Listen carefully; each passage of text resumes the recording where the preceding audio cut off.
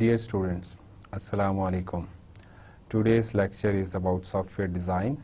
Before we start the different concepts of software design, we recap the previous lecture.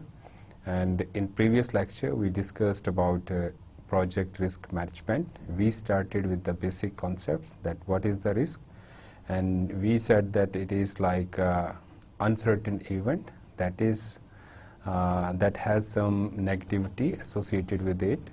And then we said that it is not all the time that negativity is associated with the risk, but sometimes there is also the positivity, and that's why we classify risk in negative risks and positive risks.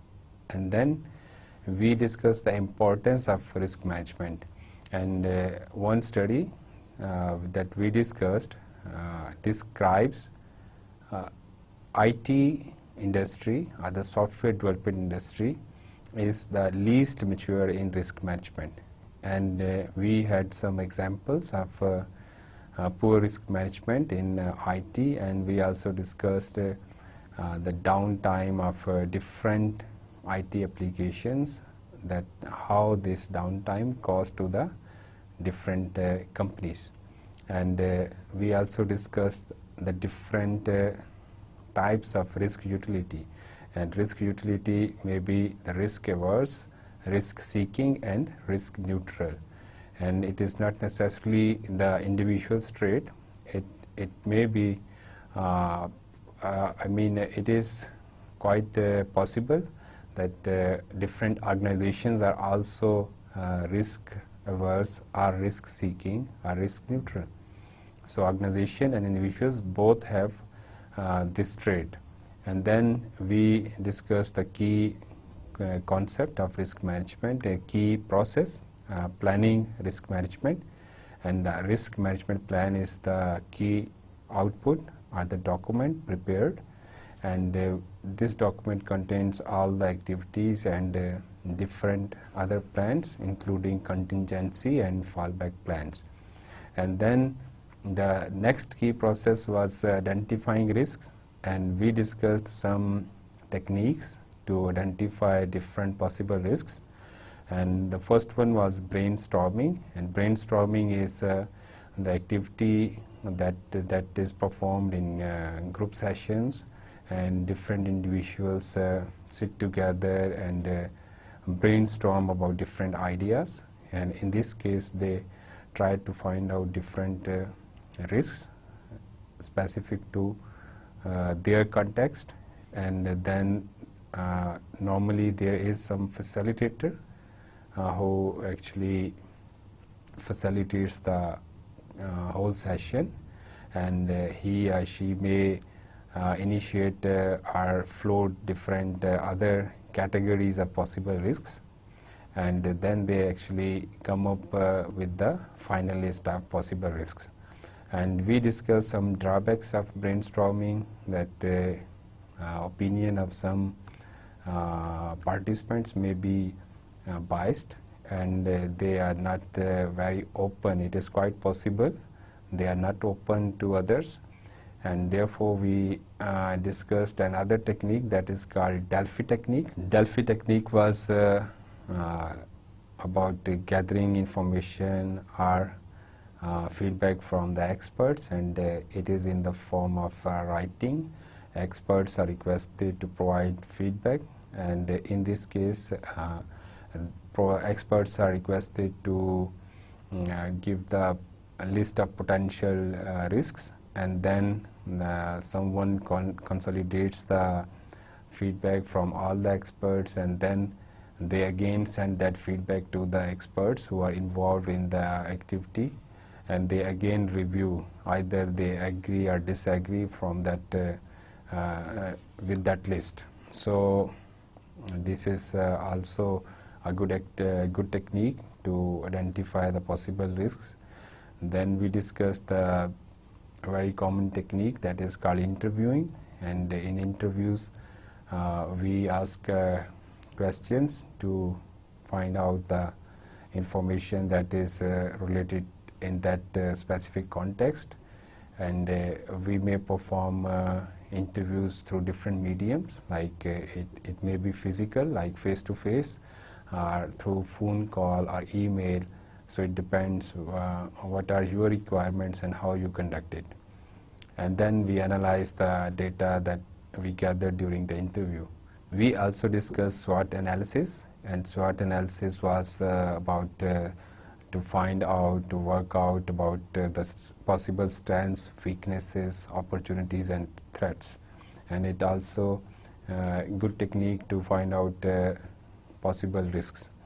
And checklist is kind of a questionnaire or the predefined categorization of risk, and participants are requested to fill in those categories with the possible risks. And then we discussed about risk registers. Risk registers are documents that contains basic information, all the necessary information related to risks, that include risk identification number, their title, their description, and who will be the responsible, and so on. We also discussed two key processes about analysis, that is quantitative risk analysis and qualitative risk analysis. In qualitative risk analysis, we discussed the top 10 listing technique, and we also discussed probability impact matrix technique. And once we decide about the possible risks in these through these techniques, then we have to monitor those risks carefully. And similarly, there are some quantitative analysis techniques, and we discussed simulations and decision trees, and we also discussed that quantitative analysis is followed by qualitative analysis. After that, we discussed how to plan the responses if any event occurs, and we discussed different strategies for the negative risks as well as positive risks, and risk avoidance, risk acceptance, risk transference, and risk mitigation was the strategy that we discussed to respond towards negative events occurring. And for positive events occurring, we have strategies like risk exploitation and risk sharing. And finally, we discuss monitoring and controlling risks, and all the activities that are previously discussed for the different key processes are included in this monitoring and controlling risk process. From today's onward, our lectures are mainly from the book Software Engineering, A Practitioner's Approach, 7th edition by Roger Pressman. So from this lecture onwards, we are going to cover software design concepts, and today's lecture is based on chapter 8 of the same book, Software Engineering, A Practitioner's Approach, and we will discuss different basic concepts to refresh our knowledge about software design. So we start with the term design. So what do you think about the design? What is the design? So if I have to reply that what is the design, I always associate design with the creativity, because creativity is something that is always associated with design. So we may say that design is based on creativity, और आप real life के अंदर भी हम इसको ऐसे ही आम तौर पे देखते हैं, लेकिन हम इसको यूं भी कह सकते हैं कि design is the process to achieve some certain goals with predefined constraints. So this is the design process. और एक और इम्पॉर्टेंट जो डिज़ाइन प्रोसेस के हवाले से जो कॉन्सेप्ट या बात है वो ये है कि जब हम ये कहते हैं कि we have to achieve some predefined specific goals, तो वो गोल्स क्या हो सकते हैं? दैट वुड बी सॉफ्ट जो स्टेक होल्डर रिक्वायरमेंट्स हैं वो होंगी, और कोई उससे रिलेटेड बिजनेस नीड्स होंगी, और उसके साथ साथ टेक्निकल कंसिडरेशंस होंगी जब हम सॉफ्टवेयर डिज़ाइन की बात करते हैं आम तौर पे। तो स्टेक होल्डर रिक्वायरमेंट्स जो है वो इम्प्लिसिट भी हो सकती हैं और एक्सप्लिसिट भी हो सकती हैं, और इसको हम आगे चल के देखते हैं। और बिजनेस नीड्स के जिस ऑर्गेनाइजेशन के लिए सॉफ्टवेयर डिज़ाइन किया जा रहा है उसका कोई अपना बिजनेस प्रोसेस होगा, उसके कोई अपने प्रोसेसेस होंगे जिनको आपने फुलफिल या सेटिस्फाई करना है और उनके साथ सिंक करना है अपने सिस्टम को। और डेफिनेटली जब आप सिस्टम डिज़ाइन करते हैं तो जो हार्डवेयर और सॉफ्टवेयर टेक्निकल स्पेसिफिकेशन होगी उसको भी आपने कंसीडर करना होगा। सिमिलरली वी में से software design is the representation of software or the model of the software that includes software architecture, different components, data structures and interfaces। और इस सब का मतलब क्या है कि you have to define different modules or components in a proper way, in an organized manner, कि उसके अंदर डेटा स्ट्रक्चर्स की जो रिक्वायरमेंट है, जो डिफरेंट टाइप का जो डेटा है, जो रिक्वायरमेंट्स हैं उसको भी फुलफिल करना है, और उसके आपस में जो कंपोनेंट्स की कनेक्टिविटी है उसको भी देखना है, और यूज़र के साथ उसकी इंटरेक्शन है उसको भी देखना है। तो सॉफ्टवेयर डिज़ाइन जो है that is the model of the software, और इसको आगे हम डिटेल में डिस्कस करते हैं। If we talk about the goal of design, what is the main purpose, what is the main objective of design?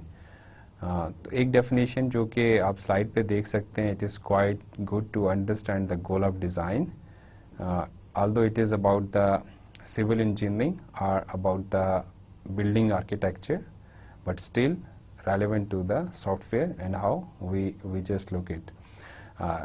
Definition ये है कि well designed buildings were those which exhibited firmness, commodity and delight. अब ये building के context में बात हुई है। अगर हम इसी को सॉफ्टवेयर के ऊपर अप्लाई करें तो सॉफ्टवेयर जो डिज़ाइन होगा वो भी फर्मनेस, कमोडिटी और डिलाइट को जो है उसके अंदर नज़र आनी चाहिए। What does firmness mean? Firmness mean कि आपका जो सॉफ्टवेयर है, what does firmness mean? It means कि जो आपका सॉफ्टवेयर है जो आप डिज़ाइन करने जा रहे हैं that must B bugs free, error free, उसमें कम से कम एरर होने चाहिए, उसमें यू हैव टू ट्राई कि कोई एरर ना हो। और हमने पहले भी देखा पिछले लेक्चर्स के अंदर कि जो defect earlier stages of product development जो फाइंड आउट होता है, जिसको ट्रेस कर लिया जाता है, उसकी कॉस्ट कम होती है as compare to those bugs that are found in the later stage। तो अगर स्पेशली जब डिप्लॉयमेंट के बाद, तो अगर रिक्वायरमेंट फेज के ऊपर आप किसी अनडिफाइंड या एम्बिगुअस जो रिक्वायरमेंट है उसको प्रॉपरली स्पेसिफाई करते हैं, that is kind of bug और एरर जिसने आगे ट्रैवल करना है, तो वहाँ पे उसको फिक्स्ड करने की कॉस्ट जो है दैट इज़ $1। और अगर वो आफ्टर डिप्लॉयमेंट आप उसको फिक्स करेंगे then it would cost about $100। तो ये डेफिनेटली 100 टाइम्स कॉस्ट बढ़ गई। तो फर्मनेस होनी चाहिए। Second one is commodity. Commodity means के जो भी इंटेंडेड आपका पर्पस है दैट सॉफ्टवेयर डिज़ाइन और software must fulfil it. Software design ही लीड करेगा towards software development, software code, software construction, और फिर उसको डिप्लॉय किया जाएगा। तो इसीलिए यहाँ पे जब सॉफ्टवेयर डिज़ाइन कह रहे हैं तो अल्टीमेटली वो सॉफ्टवेयर ही होगा, सॉफ्टवेयर प्रोडक्ट होगी। और डिलाइट मीन के that must be pleasurable for the users. When users interact with that software they must feel satisfied. तो अगर वो सेटिस्फाइड नहीं फील करते तो क्वाइट पॉसिबल कि वो उसको अडॉप्ट ना करें और उसको उस तरह से यूज़ ना करें। इसी तरह से हम ये कह सकते हैं अल्टीमेटली कि software model exhibits firmness, commodity and delight. Means कि जो गुड सॉफ्टवेयर मॉडल होगा that must exhibit these all characteristics. अब हम बात करते हैं डिज़ाइन प्रोसेस की within the context of software engineering. और design activity is the quite technical activity. We may say this process is a technical kernel of software engineering. और ये आखिरी मॉडलिंग एक्टिविटी है, that is after requirements engineering phase. और इसके अंदर जो है आपने सब सॉफ्टवेयर को मॉडल करना है जैसे अभी हमने बात की, और इसकी बेस के ऊपर कोडिंग होनी है और इम्प्लीमेंटेशन होनी है. और जब हम इसको डिज़ाइन करते हैं, so it must be independent of any process model.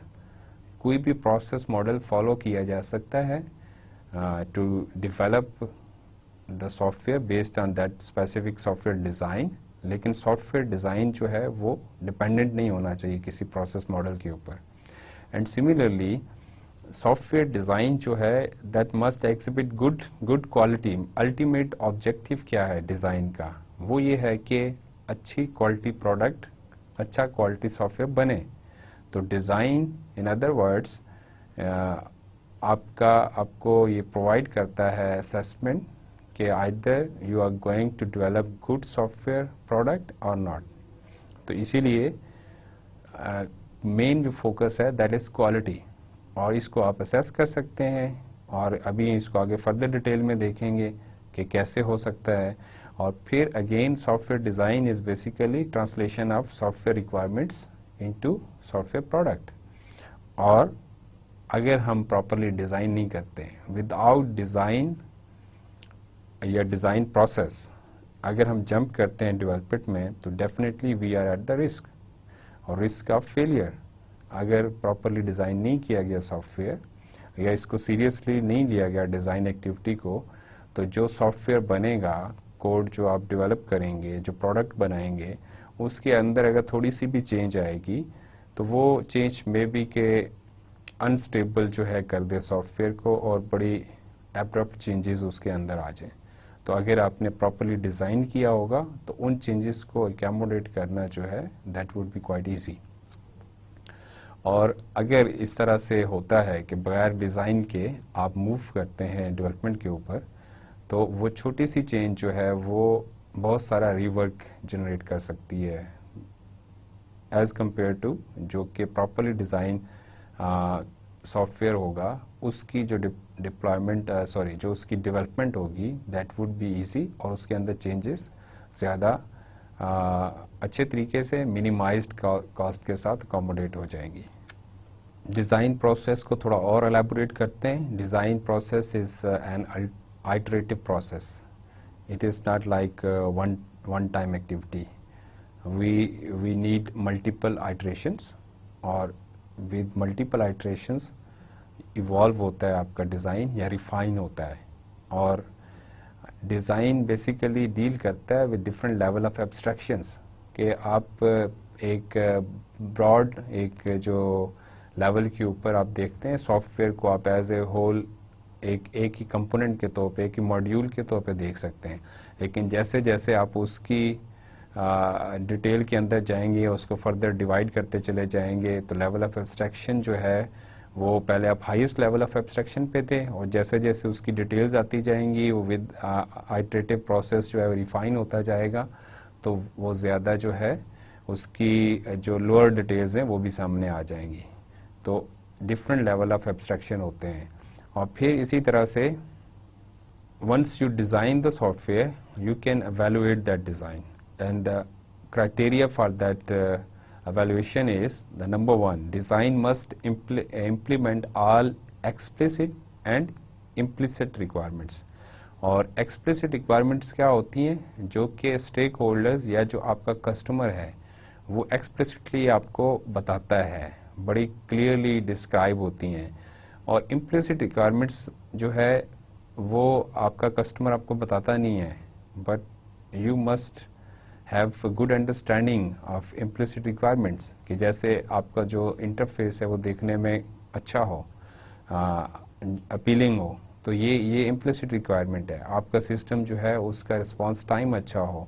इस रिस्पांस टाइम एक एक्सप्लिसिट रिक्वायरमेंट भी हो सकती है, लेकिन अगर आपके कस्टमर ने इसको एक्सप्लिसिटली नहीं बताया और उसकी मेन जो रिक्वायरमेंट ये नहीं है, तो स्टिल उसकी इम्प्लिसिट रिक्वायरमेंट ये होगी कि सिस्टम का रिस्पांस टाइम जो है वो कम से कम होना चाहिए.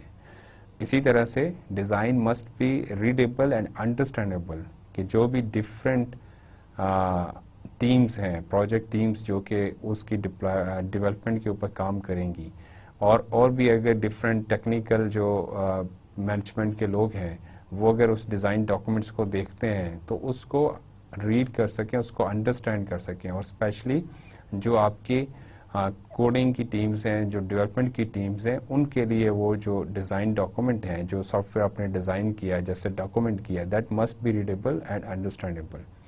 और third criterion is design should provide the complete picture, कि हमने बात की थी कि different level of abstractions provide करता है।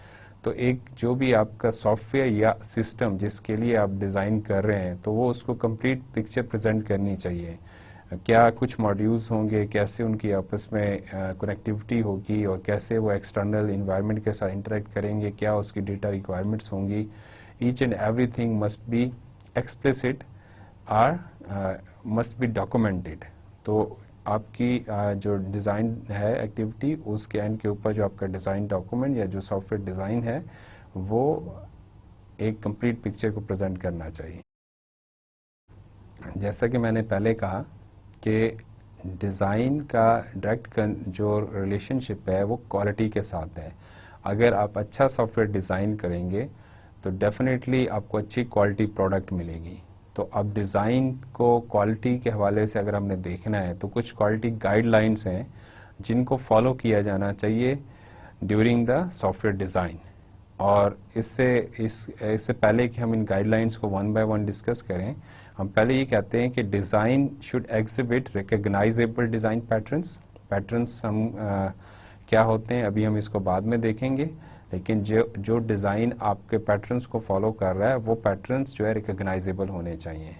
जो भी उसकी जो डिस्क्रिप्शन है वो अगेन के अंडरस्टैंडेबल होनी चाहिए। उसके अंदर क्या कंपोनेंट्स हैं, किस तरह से उनकी जो भी डिटेल है, जो भी ऑर्गेनाइजेशन है, वो सारी उसके अंदर रिफ्लेक्ट होनी चाहिए। डिज़ाइन कैरेक्टरिस्टिक्स की हम बात कर रहे हैं, तो डिज़ाइन कैरेक्टरिस्टिक्स से मुराद ये कि जो अभी आगे हम डिज़ाइन कॉन्सेप्ट्स को डिस्कस करेंगे और उनकी रिफ्लेक्शन जो है वो डिज़ाइन के अंदर नज़र आनी चाहिए आपके सॉफ्टवेयर डिज़ाइन में। और डेफिनेटली इसकी जो इम्प्लीमेंटेशन है वो एवोल्यूशनरी फैशन में होगी कि वो इवॉल्व करता है, और जैसे जैसे इवॉल्व करता है वैसे वैसे साथ जो दूसरी टीम्स होती हैं जिन्होंने डेवलपमेंट करनी है, जिन्होंने टेस्टिंग करनी है, उनके लिए भी ये हेल्पफुल होता है और वो भी अपनी एक्टिविटीज़ को उस तरह से प्लान कर सकती हैं। और अब डिज़ाइन के हवाले से जो क्वालिटी गाइडलाइंस हैं जिनको हमें फॉलो करना चाहिए through out the design process, the first one is design should be modular, कि रादर देन कि हम एक ही कंपोनेंट और एक ही मॉड्यूल के थ्रू अपनी सारे सॉफ्टवेयर या सिस्टम को जो है वो डिज़ाइन करने की अटेम्प्ट करें, we should go towards modular approach. और इसको आगे हम डिटेल में देखते हैं डिज़ाइन कॉन्सेप्ट्स के अंदर। अभी हम इसको ब्रीफली देखते हैं कि क्या कुछ गाइडलाइंस हैं। The second one is design should contain distinct representations of data, architecture, interfaces and components, कि जो आपके डिफरेंट ये सॉफ्टवेयर से रिलेटेड जो रिक्वायरमेंट्स हैं, डेटा की रिक्वायरमेंट है, जो आपका जो ऑर्गेनाइजेशन है सॉफ्टवेयर का, कंपोनेंट्स का और उसके इंटरफेसेस हैं, उन सब की जो है डिफरेंट प्रेजेंटेशन जो कि डिफ्रेंशिएट की जा सके और easy to understand और रीडेबल हो, वो होनी चाहिए। And design should lead to appropriate data structures, कि जब आप डिज़ाइन करते हैं तो डेटा स्ट्रक्चर्स के हवाले से जो भी जो किस टाइप का डेटा चाहिए, और वो फिर बाद में जब उसको डेवलपमेंट की जाए तो उसको प्रॉपरली जो भी आपके पास अवेलेबल टूल्स हैं और टेक्नोलॉजीज़ हैं उसके अंदर वो प्रॉपरली इम्प्लीमेंट हो सके।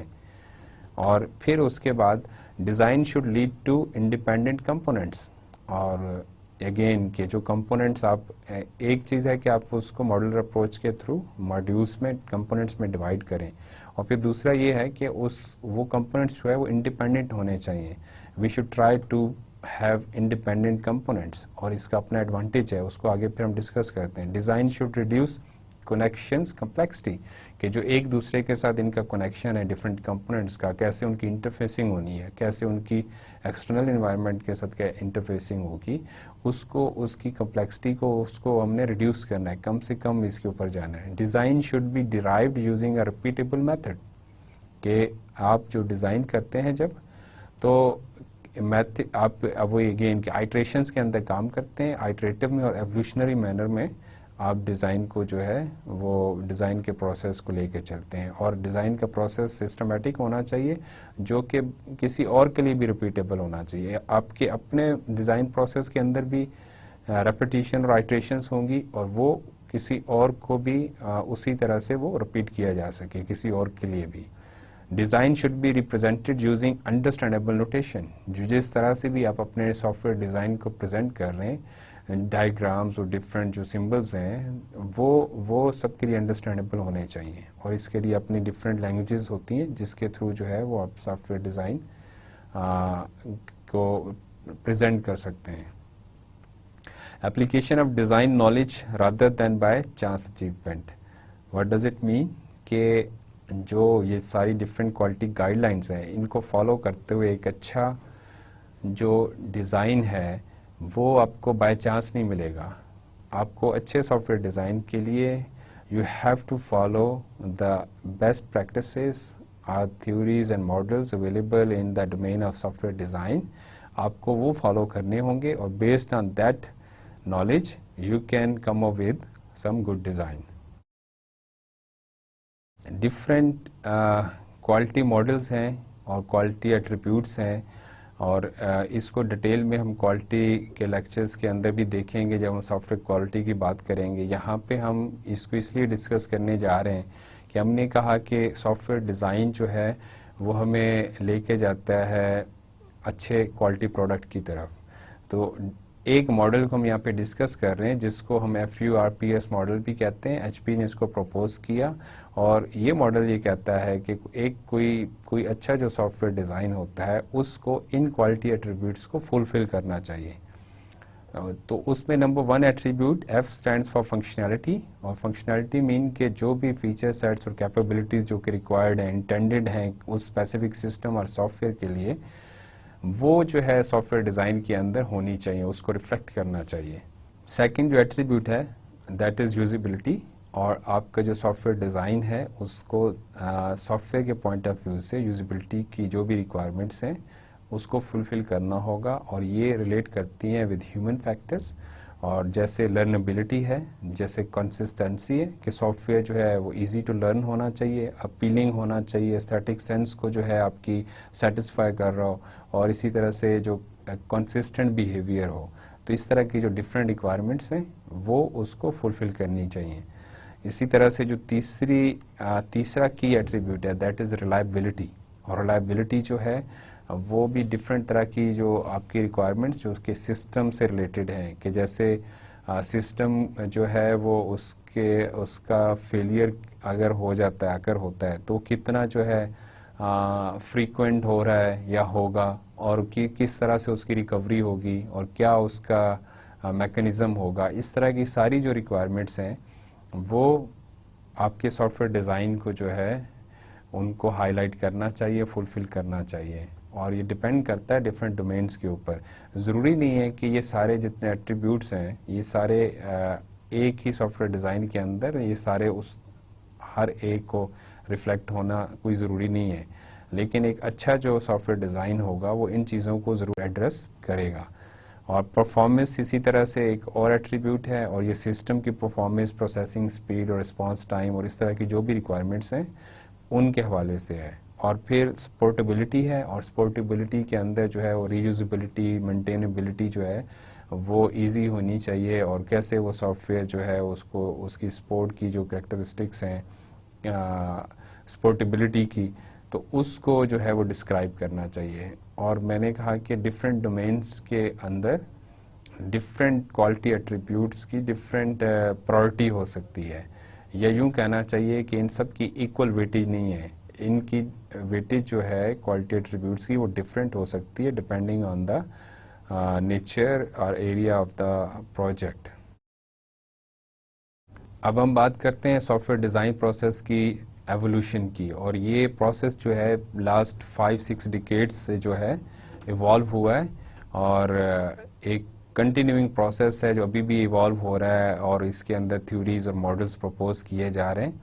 और ये स्टार्ट हुआ विद टॉप डाउन अप्रोच कि सिस्टम को जो है एज ए होल देखा जाए, और फिर उसको उसके लिए मॉडलिंग की जाए, और फिर इसको थोड़ा सा जब स्ट्रक्चर प्रोग्रामिंग आई और उसको प्रोसीजर्स के पॉइंट ऑफ व्यू से देखा गया, प्रोसीजरल एस्पेक्ट्स को जो है वो डिस्कस किया गया और कंसीडर किया गया, और डिफरेंट लैंग्वेजेस ने जो है वो प्रोसीजरल पैराडाइम जो था सॉफ्टवेयर डेवलपमेंट का उसको सपोर्ट किया, and then we move towards object oriented approach या ऑब्जेक्ट ओरिएंटेड पैराडाइम, और फिर उसके अंदर जो है सॉफ्टवेयर डिज़ाइन जब किया गया तो ऑब्जेक्ट की जो एनोलॉजी है रियल लाइफ की उसको लिया गया, और उसके अंदर we tried to incorporate attributes as well as methods or procedures।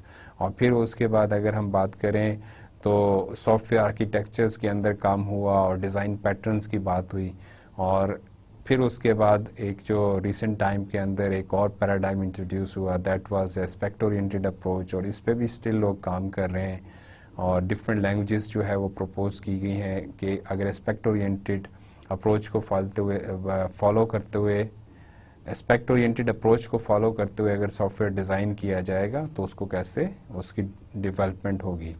और मॉडल ड्रिवन और टेस्ट ड्रिवन जो है डेवलपमेंट की अब बात हो रही है कि ऐसे डिज़ाइन जो है जो टेस्ट ड्रिवन होना चाहिए और मॉडल ड्रिवन होना चाहिए। तो सॉफ्टवेयर डिज़ाइन के जो प्रोसेस है ये इवॉल्व हुआ है पिछले 5-6 डिकेड्स के अंदर, और अभी स्टिल इसके अंदर बहुत सारा काम हो रहा है। अब हम बात करते हैं डिज़ाइन कॉन्सेप्ट्स की। जो पीछे मैंने कहा कि डिज़ाइन के अंदर गुड कैरेक्टरिस्टिक्स होनी चाहिए, तो वो कैरेक्टरिस्टिक्स क्या हैं, कैसे आती हैं, तो ये जो डिफरेंट डिज़ाइन कॉन्सेप्ट्स हैं इनको वन बाय वन डिस्कस करेंगे, और इसके थ्रू फिर अंडरस्टैंड करने की कोशिश करेंगे कि कैसे हम ज़्यादा अच्छा सॉफ्टवेयर डिज़ाइन कर सकते हैं। अगर हम यहाँ पे कोटेशन को देखें जो कि क्वाइट इंटरेस्टिंग है, the beginning of wisdom for a software engineer is to recognize the difference between getting a program to work and getting it right। तो इसके अंदर अगेन मैसेज जो है वो क्वालिटी से रिलेटेड है कि जो आप जब डिज़ाइन करते हैं सिस्टम को, सॉफ्टवेयर को, तो that must perform the right things. तो जस्ट उसका ये काफ़ी नहीं है कि वो बस फंक्शनलिटी परफॉर्म कर रहा है, लेकिन उसको अप्रोप्रिएट वे के अंदर ज़्यादा अच्छे तरीके से एक्यूरेटली वो करे, ये ज़्यादा इम्पॉर्टेंट है। तो ये जो डिफरेंट डिज़ाइन कॉन्सेप्ट्स हम डिस्कस करने जा रहे हैं ये हमें हेल्प आउट करते हैं to set criteria for partitioning, कि हमने कैसे वो मॉड्यूल्स में डिवाइड करना है, कैसे उसके अंदर जो है सॉफ्टवेयर जब डिज़ाइन करेंगे उसकी ऑर्गेनाइजेशन क्या होगी, क्या कंपोनेंट्स होंगे, और फिर ये हमें हेल्प आउट करता है to separate the data structure details from conceptual representation. क्या डेटा से रिलेटेड हमारी रिक्वायरमेंट्स हैं और उसको कैसे सेपरेट किया जा सकता है जो कंसेप्चुअल हमारी रिप्रेजेंटेशन है, और फिर ये हमें हेल्प आउट करता है और गाइड करता है टूवर्ड्स द क्वालिटी क्राइटेरिया। तो ये डिफरेंट कॉन्सेप्ट्स हैं, इनको हम देखते हैं, और ये जो कॉन्सेप्ट्स अब डिस्कस करेंगे ये इंडिपेंडेंट हैं और वी में से के फॉलो हो सकते हैं दोनों तरह की अप्रोचेस में या पैराडाइम्स में, स्ट्रक्चर के अंदर, प्रोसीजर के अंदर भी और ऑब्जेक्ट ओरिएंटेड के अंदर भी, और इसको अब हम डिस्कस करते हैं वन बाय वन। जो पहला डिज़ाइन कॉन्सेप्ट है दैट इज़ एब्स्ट्रैक्शन। और एब्स्ट्रैक्शन हमने बात की स्टार्ट में भी कि डिज़ाइन जो है वो different level of abstractions provide करता है। तो जब हम मॉड्यूलर सॉल्यूशन की बात करते हैं तो मॉड्यूलर सॉल्यूशन यही है कि आप एक बड़े मॉड्यूल से सॉफ्टवेयर को एक मॉड्यूल कंसीडर करते हुए और फर्दर उसकी डिकम्पोजिशन करें और फर्दर उसको सब कंपोनेंट्स में डिवाइड करें। तो ये जो अप्रोच है ये हमें एब्स्ट्रैक्शन देती है, और डिफरेंट लेवल्स के ऊपर डिफरेंट लेवल ऑफ एब्स्ट्रैक्शन होता है। और फिर इसको हम ये भी कह सकते हैं कि problem oriented technology coupled with implementation oriented technology. What does it mean कि हम जो एक टर्म यूज़ की जाती है डिवाइड एंड कंकर, उसको आगे भी एक और कॉन्सेप्ट में भी देखेंगे जब मॉड्यूलरेशन की बात करेंगे, मॉड्यूलरिटी की बात करेंगे। तो अभी हम यहाँ पे उस मेथडोलॉजी को लेते हुए प्रॉब्लम ओरिएंटेड टेक्नोलॉजी के प्रॉब्लम को, उसके साथ साथ हम इम्प्लीमेंटेशन ओरिएंटेड की बात कर रहे हैं कि एक अगर बड़ा कंपोनेंट है उसको इम्प्लीमेंट करना वो मुश्किल काम है, लेकिन अगर हम उसको डिफरेंट लेवल ऑफ एब्स्ट्रैक्शन पे ले जाएं, उसको सब कंपोनेंट्स में डिवाइड करके और फिर उसकी इम्प्लीमेंटेशन की बात करेंगे तो वो ज़्यादा ईजी होगा। और इसके अंदर दो डिफरेंट तरह की एब्स्ट्रैक्शन आती है जब हम डिज़ाइन कर रहे होते हैं software. We have to consider procedural abstraction and data abstraction. और प्रोसीजरल एब्स्ट्रैक्शन क्या होती है कि आप सीक्वेंस ऑफ इंस्ट्रक्शंस जो हैं उसको कैसे जो है उसकी कैसे एब्स्ट्रैक्शन के डिफरेंट लेवल्स पे जाते हैं। जैसे सपोज एक एग्जांपल है रियल लाइफ की, वी से ओपन द डोर। अब ओपन वर्ड जो है ये हमें एब्स्ट्रैक्शन प्रोवाइड कर रहा है, प्रोसीजरल एब्स्ट्रैक्शन, क्योंकि इसके अंदर डिफरेंट स्टेप्स इन्वॉल्व हैं टू ओपन द डोर। और इस ओपन का वर्ड जो है maybe it involve walking towards door and then grasping the knob and then pushing और पुलिंग द डोर। तो ये जो डिफरेंट जो स्टेप्स हैं ये सारे ओपन के अंदर हाइड हुए हुए हैं, या ये हमें ओपन के की वर्ड जो है ये एब्स्ट्रैक्शन प्रोवाइड कर रहा है towards that different steps or procedures. और जब डेटा एब्स्ट्रैक्शन की बात करते हैं तो data abstraction it is about the collection of data, or we may say that how to organize that data।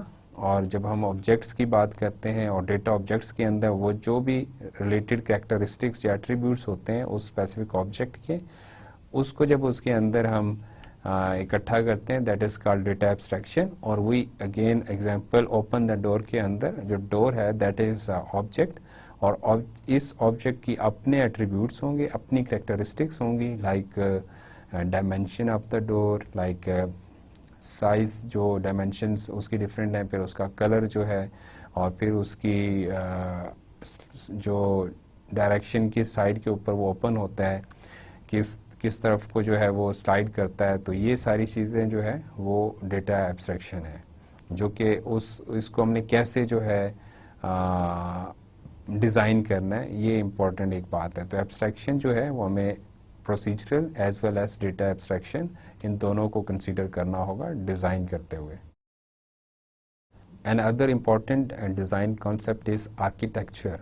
और जब हम इन रियल लाइफ आर्किटेक्चर की बात करते हैं तो जैसे बिल्डिंग आर्किटेक्चर की बात करते हैं तो व्हाट डज इट मीन कि हम कैसे किस तरह से एक स्पेसिफिक जो हमारे पास प्लॉट है उसके ऊपर कोई बिल्डिंग बनानी है तो उस बिल्डिंग को कैसे ऑर्गेनाइज करेंगे, क्या कुछ उसके अंदर जो है कंपार्टमेंट्स होंगे, उसको हम कहते हैं कि आर्किटेक्चर।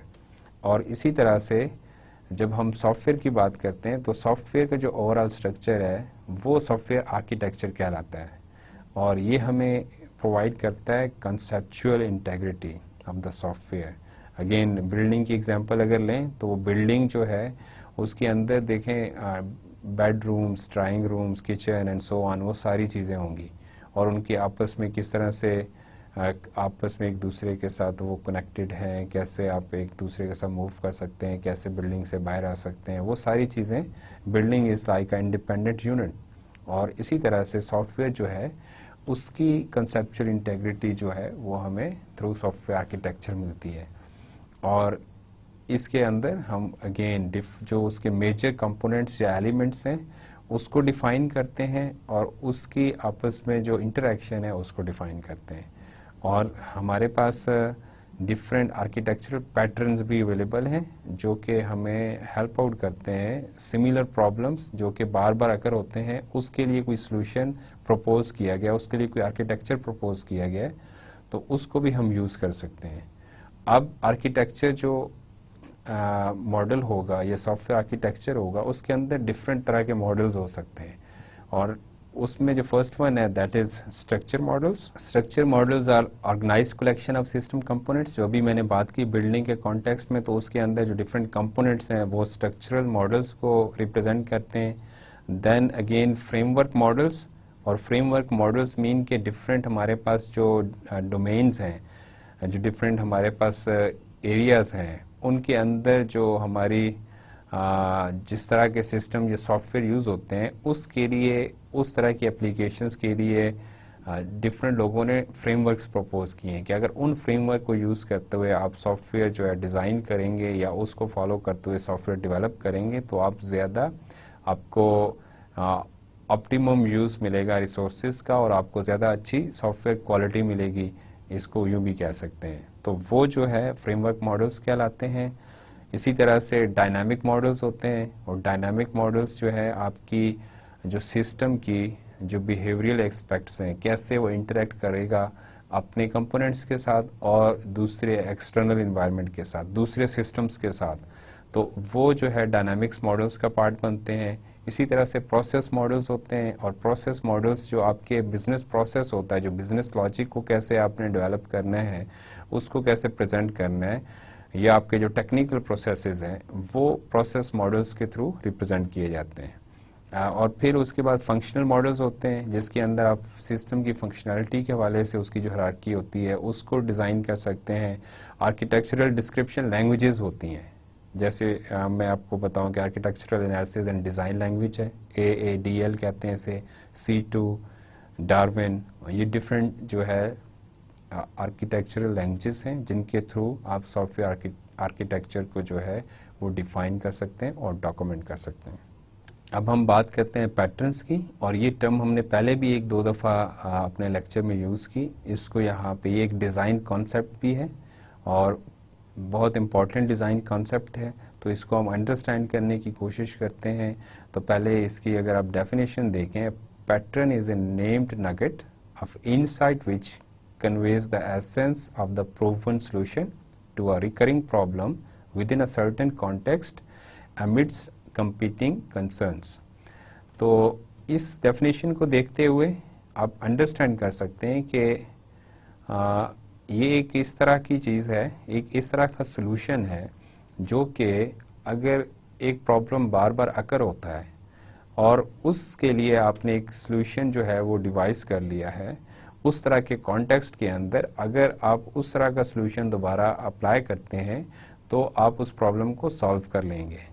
और इसी तरह से ये दूसरी डेफिनेशन देखें, design structure that solves a particular problem with in a specific context.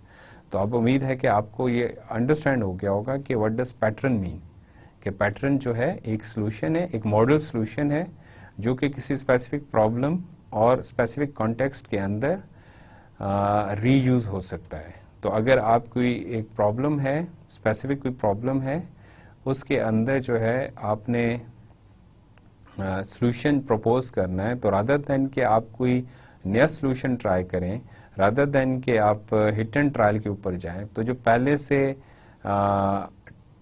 Already जो ट्राई हो चुका है सॉल्यूशन और बार बार ट्रायल हुआ है, वो सॉल्यूशन आप जो है उसी को अडॉप्ट करें।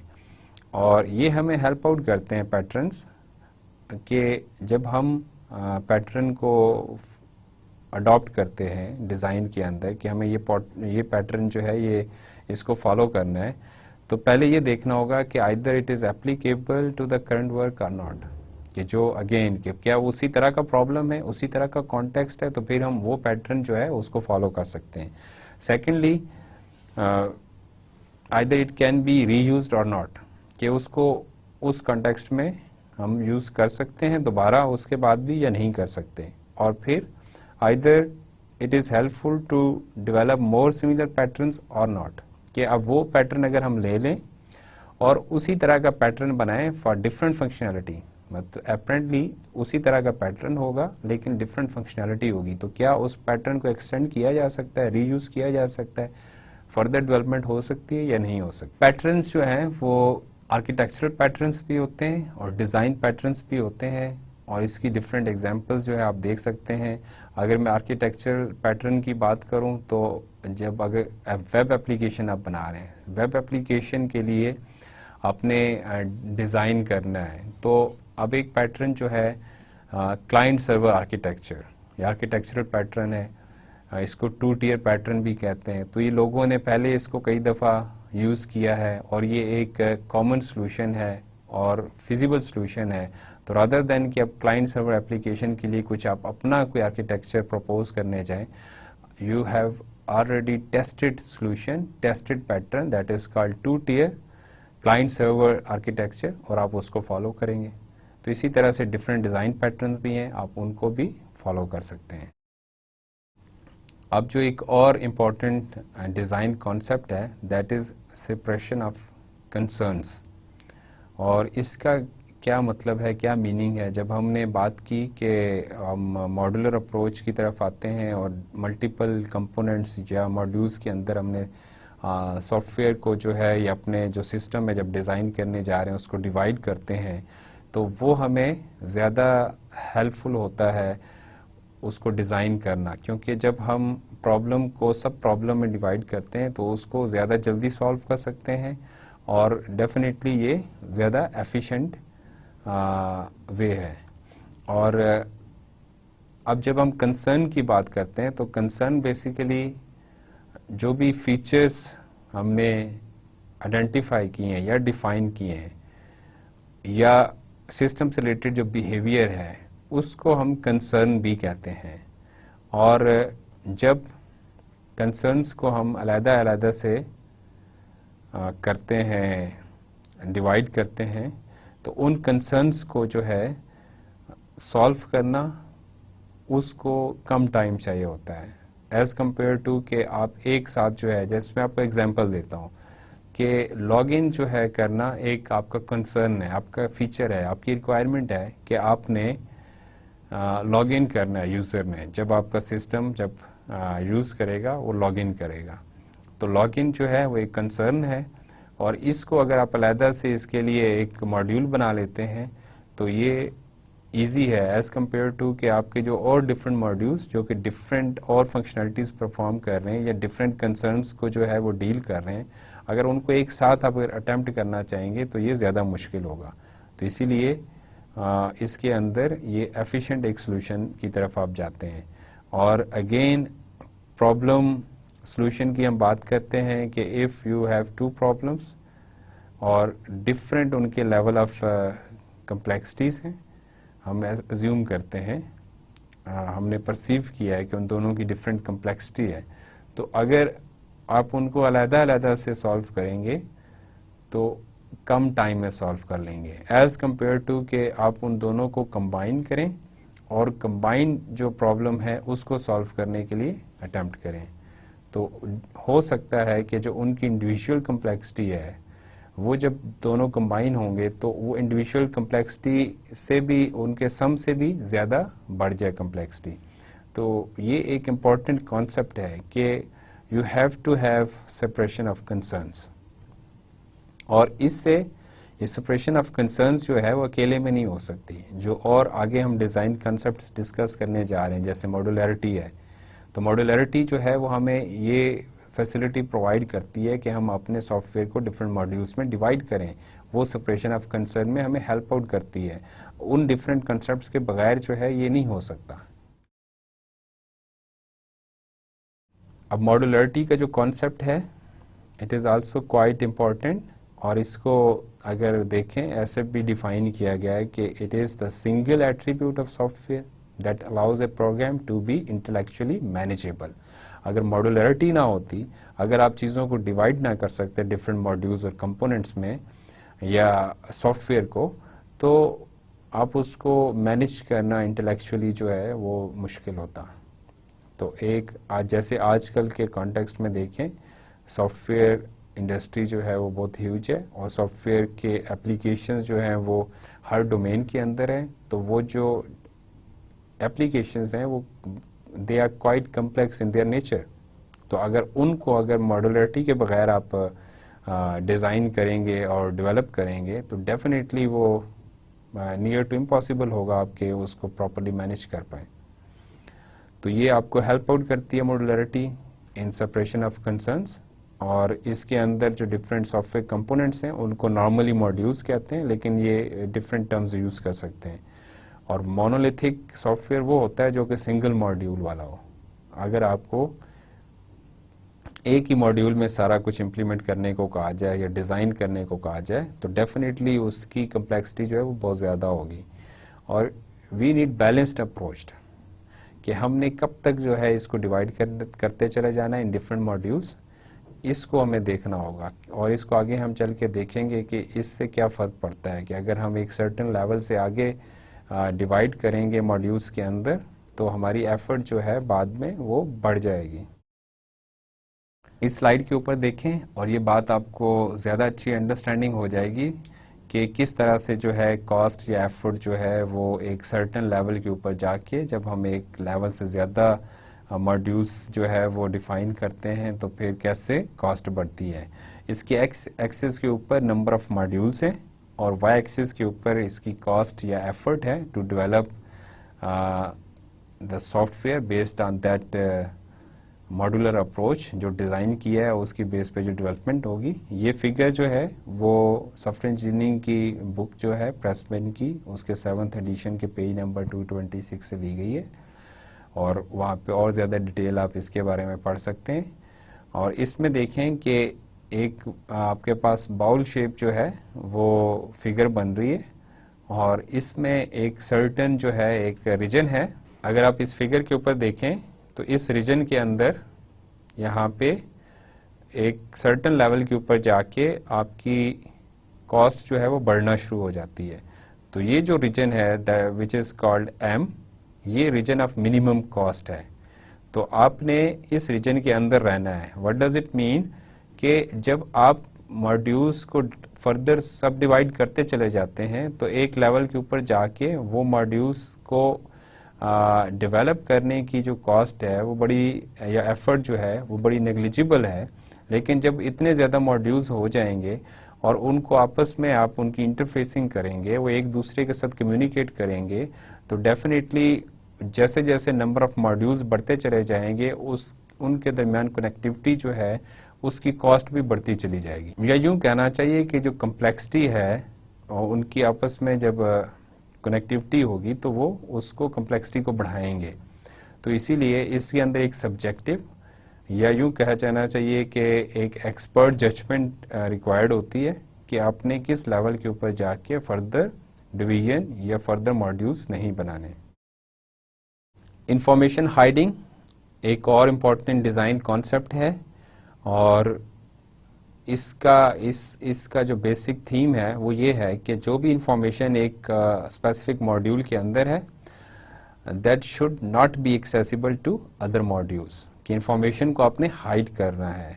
और हाइड करने से क्या होगा कि अननेसेसरी जो इंटरप्शन है दूसरे मॉड्यूल्स की या जो दूसरे मॉड्यूल्स की अननेसेसरी एक्सेस है वो स्टॉप हो जाएगी। तो डेफिनेटली आपके एरर्स जो हैं वो कम हो जाएंगे और ज़्यादा अच्छा सॉफ्टवेयर प्रोडक्ट या क्वालिटी प्रोडक्ट बनेगी। और इसके अंदर आप देखें कि जो इंडिपेंडेंट मॉड्यूल्स होते हैं, ठीक है, वो हमें लेके जाते हैं इफेक्टिव मॉड्यूलरिटी की तरफ। अगर इंडिपेंडेंट मॉड्यूल्स नहीं हैं, अगर वो इनकी इंफॉर्मेशन प्रॉपर्ली हाइड नहीं हुई है तो एक दूसरे के साथ कभी कभार इंटरेक्शन मॉड्यूल्स की ज़रूरी भी होती है कि वो दूसरे के डेटा को एक्सेस करें, लेकिन नॉर्मली ऐसा नहीं होता, हर केस के अंदर ऐसा नहीं होता।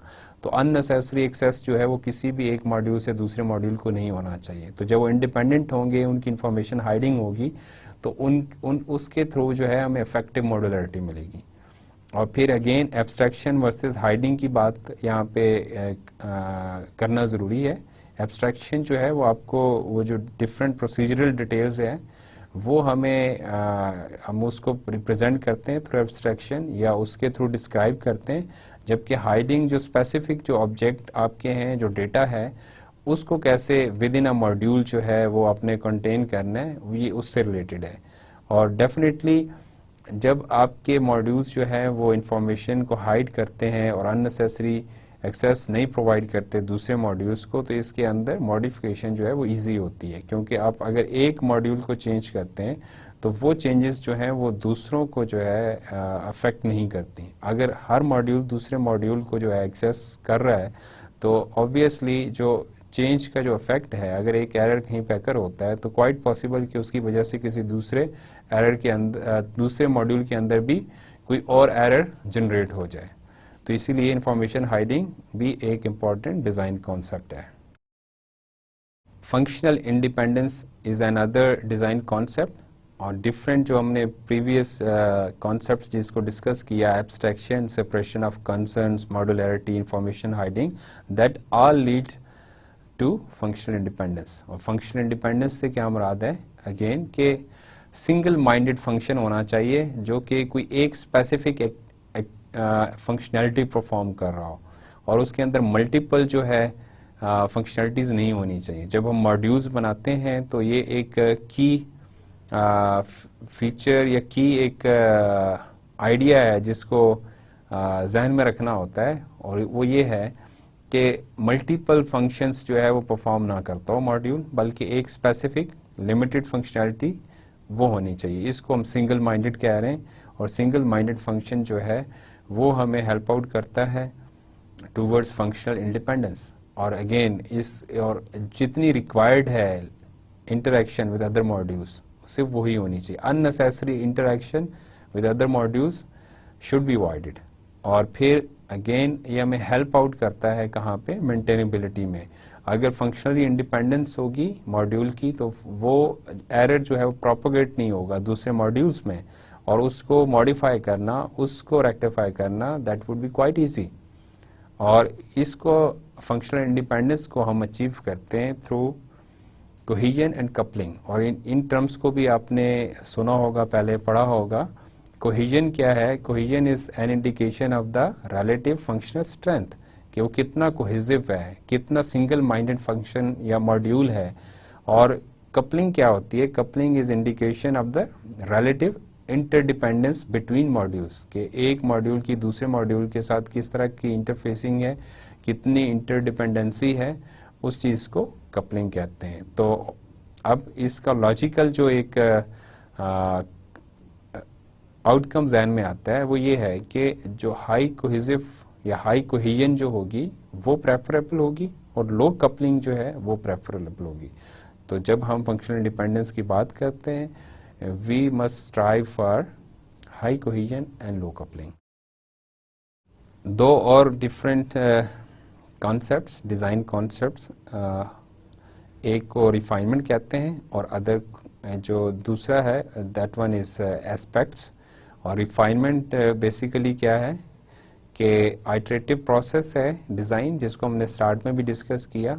तो refinement is basically top down design strategy, और इसके अंदर क्या करते हैं आप एक विद पैसेज ऑफ टाइम जो है एलेबोरेट करते हैं अपने सॉफ्टवेयर डिज़ाइन को। और कैसे कि जैसे आपने लेट से पहली आइट्रेशन के अंदर कोई मॉड्यूल डिफाइन किया, कोई मॉड्यूल डिज़ाइन किया, और उस मॉड्यूल के अंदर आपने 3 फंक्शनैलिटीज़ को इकट्ठा कर दिया। तो नेक्स्ट आइट्रेशन के अंदर जब आप उसको देखते हैं तो आप रियलाइज करते हैं कि इसको अननेसेसरी फंक्शनैलिटी असाइन कर दी है, और इसका जो एक फंक्शन, मेन जो फंक्शन था, उसके साथ साथ ये 2 अननेसेसरी फंक्शन भी ये परफॉर्म कर रहा है। तो आप उसको एलिमिनेट करेंगे। तो इस तरह से आप क्या करते हैं कि उसको एलेबोरेट करते चले जाते हैं और रिफाइनमेंट लेके आते चले जाते हैं। तो एब्स्ट्रैक्शन जो है वो और refinement, they both are the complementary concepts. Abstraction जैसे जैसे आप डिटेल्स की तरफ जाएंगे वैसे वैसे आपको रिफाइनमेंट भी मिलेगी।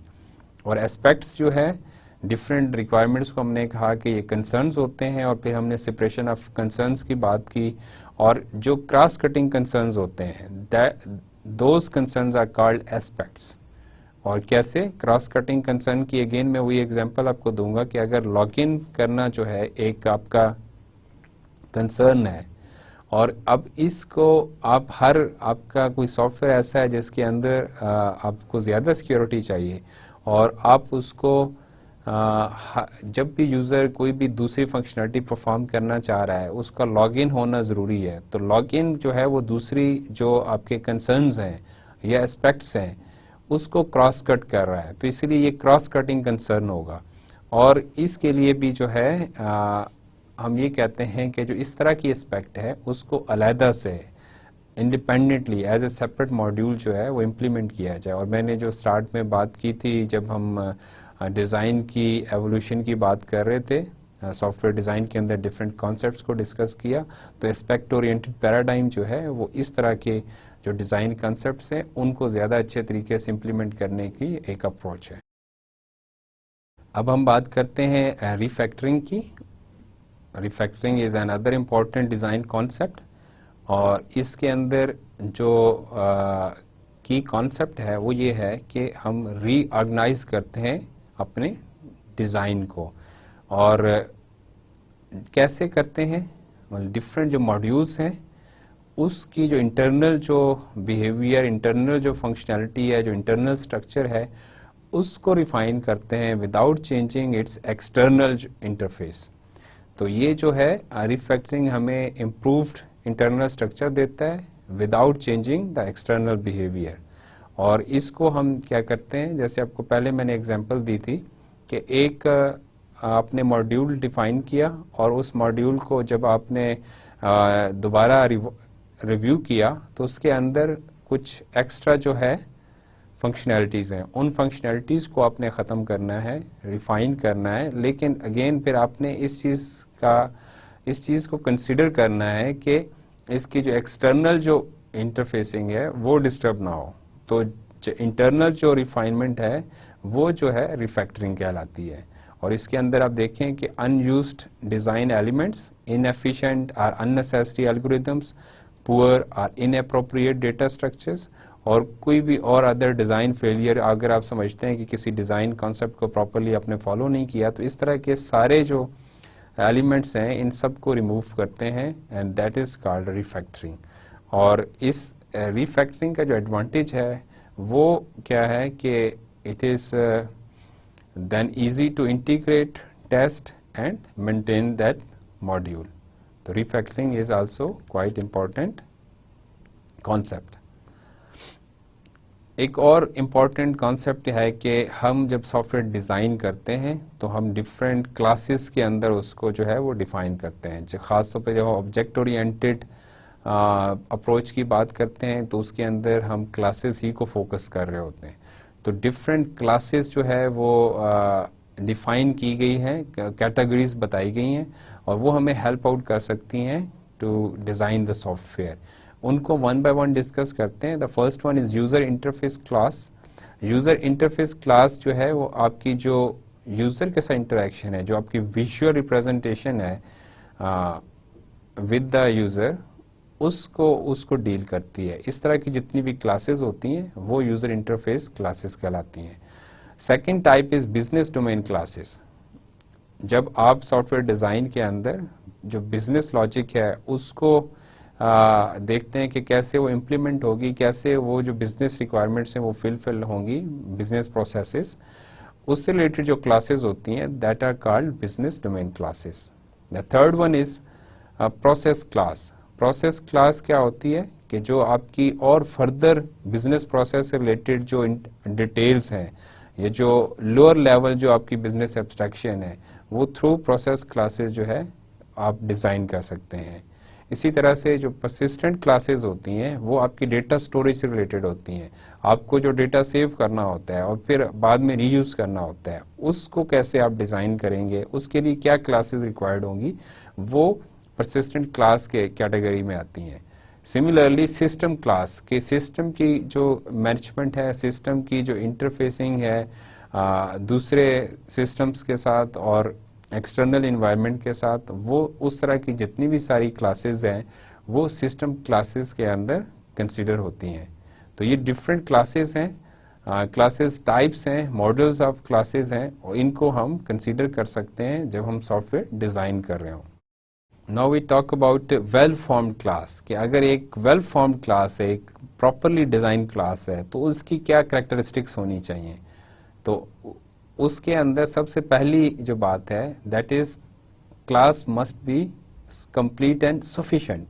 कि वेल फॉर्म जो क्लास होगी उसके अंदर कंप्लीट इनकैप्सुलेशन होगी attributes and the relevant methods. वो क्लास जिस भी एंटिटी को जो है रिप्रेजेंट कर रही है उससे रिलेटेड जितने भी एट्रीब्यूट्स हैं और उससे रिलेटेड जितने भी मेथड्स हैं वो सारे जो है उसके अंदर नज़र आने चाहिए और इनकैप्सुलेट होने चाहिए। That is called complete and sufficient class. The second characteristic is primitiveness. What does it mean कि आपकी क्लास को जो है वो, जैसे हमने सिंगल माइंडेड फंक्शनलिटी की बात की, तो आपकी क्लास जो है वो किसी एक स्पेसिफिक सर्विस के ऊपर फोकस्ड करनी चाहिए और आपके जो मेथड्स हैं उस सर्विस को फुलफिल कर रहे हो.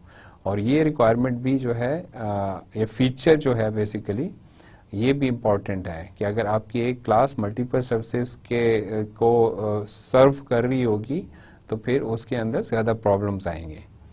और फिर अगेन कि क्लास जो है वो उसके अंदर हाई कोहेजन होनी चाहिए. सिंगल माइंडेडनेस और स्मॉल सेट ऑफ रिस्पॉन्सिबिलिटीज, तो जितनी कोहेसिव होगी क्लास उतनी वो इंडिपेंडेंट होगी और ये ज़्यादा अच्छी अप्रोच है टूवर्ड्स सॉफ्टवेयर डिज़ाइन. और fourth one is low coupling, कि हमें एक मिनिमम लेवल जो कि रिक्वायर्ड है उस लेवल के ऊपर अदर क्लासेस के साथ कोलैबोरेशन होनी चाहिए. अननेसेसरी कोलैबोरेशन या अननेसेसरी कम्युनिकेशन नहीं होनी चाहिए विद अदर क्लासेस. तो अगर हम ये चाहते हैं कि वेल फॉर्म्ड क्लास हो तो well formed class must be complete and sufficient. It must contain primitiveness and high cohesion and low coupling. आज के लेक्चर को हम समराइज करते हैं. आज के लेक्चर में हमने सॉफ्टवेयर डिज़ाइन से रिलेटेड बेसिक कॉन्सेप्ट्स को डिस्कस किया. सबसे पहले हमने डिस्कस किया कि डिज़ाइन क्या है और हमने कहा कि to achieve specific objective with some predefined constants, इसके थ्रू जो आप डिज़ाइन करते हैं, जो प्रोसेस है आप वो उसको इस तरह से आप डिफ़ाइन कर सकते हैं. और फिर हमने कहा कि गोल क्या है डिज़ाइन का, और डिज़ाइन को हमने रिलेट किया क्वालिटी के साथ. और फिर हमने डिज़ाइन को देखा सॉफ्टवेयर इंजीनियरिंग के कॉन्टेक्स्ट में और हमने कहा कि ये आखिरी मॉडलिंग एक्टिविटी है और इसके बाद फिर जो है वो डेवलपमेंट होती है, कोड की जो एक्चुअल सॉफ्टवेयर की इम्प्लीमेंटेशन होती है वो फेज़ होता है. और जो सॉफ्टवेयर डिज़ाइन है वो हमें हेल्प आउट करता है और एक्टिविटीज़ जो कि टेस्टिंग की होती हैं और डेवलपमेंट की होती हैं उनके अंदर.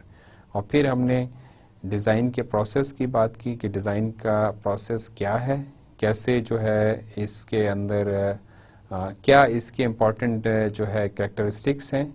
उसमें हमने बात की क्वालिटी गाइडलाइंस की और क्वालिटी गाइडलाइंस को हमने वन बाय वन देखा और उसको फिर फर्दर डिटेल में हमने डिस्कस किया जब डिज़ाइन के डिफरेंट कॉन्सेप्ट्स को देखा. और हमने क्वालिटी एट्रीब्यूट्स की बात की और डिफरेंट क्वालिटी एट्रीब्यूट्स के जैसे फंक्शनैलिटी को, यूजिबिलिटी को, परफॉर्मेंस को, रिलायबिलिटी को, कि इन सारी जो डिफरेंट जो क्वालिटी एट्रीब्यूट्स या कैरेक्टरिस्टिक्स हैं इनको फुलफिल करना चाहिए सॉफ्टवेयर डिज़ाइन को. Then we discussed about the overall design process, software design process, how it evolve in last 5 or 6 decades. और डिफरेंट जो पैराडाइम्स आए कि स्ट्रक्चरल पैराडाइम था या प्रोसीजरल पैराडाइम्स था और उसके अंदर we tried to divide our software into procedures. और फिर ऑब्जेक्ट ओरिएंटेड अप्रोच और पैराडाइम आया और उसके अंदर हमने सॉफ्टवेयर को जो है ऑब्जेक्ट्स, रियल लाइफ के ऑब्जेक्ट्स की तरह डिज़ाइन करने की अटेम्प्ट की कोशिश की और अभी भी स्टिल इसको बहुत ज़्यादा फॉलो किया जा रहा है. और फिर हमने एस्पेक्ट ओरिएंटेड की बात की और इसी तरह से हमने मॉडल ड्रिवन और टेस्ट ड्रिवन जो है डेवलपमेंट की बात की, सॉफ्टवेयर डिज़ाइन की बात की. फिर हमने डिज़ाइन कॉन्सेप्ट्स डिफरेंट डिस्कस किए. उसके अंदर हमने कहा कि एब्स्ट्रैक्शन जो है एक इम्पॉर्टेंट डिज़ाइन कॉन्सेप्ट है. लेवल ऑफ डिटेल्स जो है वो चेंज होती चली जाती हैं जब आप सिंगल मॉड्यूल से मल्टीपल मॉड्यूल्स की तरफ जाते हैं. जब आप उसको सब डिवाइड करते हैं तो आप उसको डिटेल्स को भी साथ साथ देखते चले जाते हैं या इनकॉर्पोरेट करते चले जाते हैं. आर्किटेक्चर की बात की और आर्किटेक्चर के अंदर हमने कहा कि किस तरह से सॉफ्टवेयर को हम कंपोनेंट्स के अंदर जो है डिवाइड कर सकते हैं या मॉड्यूल्स के अंदर डिवाइड कर सकते हैं. इसी के साथ जो एक और कंसेप्ट था मॉड्यूलरिटी का कि अगर हम एज ए होल लेंगे सॉफ्टवेयर को एज ए सिंगल मॉड्यूल तो उसकी इम्प्लीमेंटेशन जो है वो ज़्यादा मुश्किल होगी.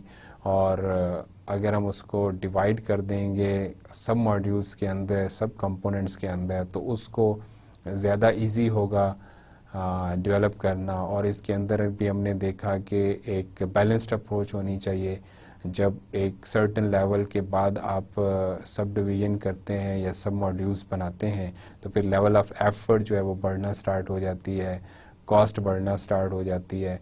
तो एक सर्टेन लेवल के ऊपर जाके आपको फिर मॉडुलरिटी को स्टॉप करना होता है, अदरवाइज फिर आपकी कॉस्ट बढ़ती है। इंफॉर्मेशन हाइडिंग की बात की, और इंफॉर्मेशन हाइडिंग इसलिए ज़रूरी है कि अननेसेसरी जब एक्सेस नहीं होगी दूसरे मॉड्यूल्स को तो उसके अंदर एरर प्रोपगेशन जो है वो कम होगी और सिक्योरिटी के इश्यूज नहीं होंगे। और फिर हमने कोहेजन और कपलिंग की बात की कि कोहेजन में जब दोबारा बोल रहा हूँ, फिर हमने कोहेजन और कपलिंग की बात की, और कोहेजन जो है वो सिंगल माइंडेड अप्रोच की तरफ लेके जाती है, और इंफॉर्मेशन हाइडिंग को भी हमने कहा कि थ्रू कोहेजन और कपलिंग जो है वो हम एड्रेस करते हैं। तो हाई कोहेजन रिक्वायर्ड है, और इसी तरह से जो कपलिंग है वो उस जो डिफरेंट मॉड्यूल्स की कनेक्टिविटी है, जो इंटरफेसिंग है, वो उससे डील करती है। तो लो कपलिंग जो है वो हमें रिक्वायर्ड है। फिर आखिर में हमने क्लास की बात की कि वेल फॉर्म्ड क्लास जो है वो जो है कंप्लीट होनी चाहिए, और उसके अंदर जो है प्रिमिटिवनेस होनी चाहिए, और हाई कोहेजन और लो कपलिंग होनी चाहिए। अगले लेक्चर तक के लिए अल्लाह हाफिज़।